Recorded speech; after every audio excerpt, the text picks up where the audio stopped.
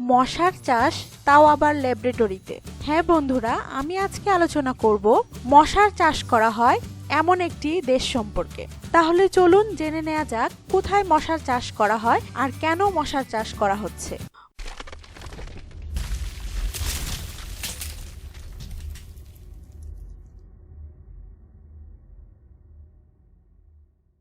ঘুমের মধ্যে হোক বা জেগে সর্বক্ষণই আমাদের ব্যতিব্যস্ত করছে মশারা।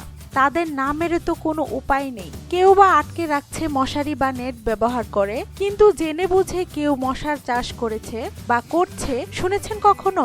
অবাস্তব মনে হলেও ঠিক এমনটাই ঘটছে সিঙ্গাপুরে। সেখানে রীতিমতো ল্যাবরেটরিতে মশা চাষ করা হচ্ছে। না, শখ করে নয়, বরং এর পেছনে রয়েছে একটি বিশেষ কারণ। এডিস মশার কামড়ে বহু মানুষ আক্রান্ত হয়েছেন, মারাও গেছেন অনেকে। এই সমস্যা শুধু বাংলায় নয়, সিঙ্গাপুরেও। ওখানে প্রতি বছর ডেঙ্গুতে আক্রান্ত হন প্রচুর মানুষ, মারাও যান। সেই সমস্যা মোকাবিলায় এই অভিনব পন্থা নিয়েছে সিঙ্গাপুর। ন্যাশনাল এনভায়রনমেন্ট এজেন্সির অধীনে প্রজেক্ট উলবাচিয়া নামের এই বিশেষ প্রজেক্ট শুরু করেছে সিঙ্গাপুর। এখানে ল্যাবরেটরি এবং বিশেষ কারখানায় পুরুষ উলবাচিয়া এডিস মশার উৎপাদন করা হয়, তারপর বিপুল সংখ্যায় এদের ছেড়ে দেওয়া হয়। এর বিশেষত্ব কি?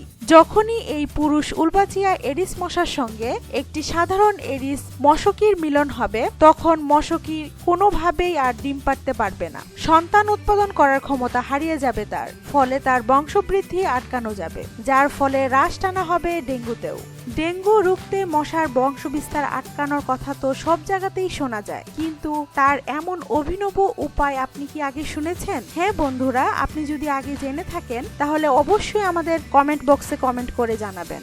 ডিয়ার ভিউয়ার্স, এই ছিল আজকের প্রতিবেদন। পরবর্তীতে নতুন কোনো প্রতিবেদন নিয়ে হাজির হব আপনাদের মাঝে। আমাদের ভিডিওটি যদি আপনাদের ভালো লেগে থাকে তাহলে লাইক শেয়ার করবেন, আর আপনি যদি আমাদের চ্যানেলে নতুন হয়ে থাকেন তাহলে সাবস্ক্রাইব করে আমাদের পাশে থাকুন। ধন্যবাদ।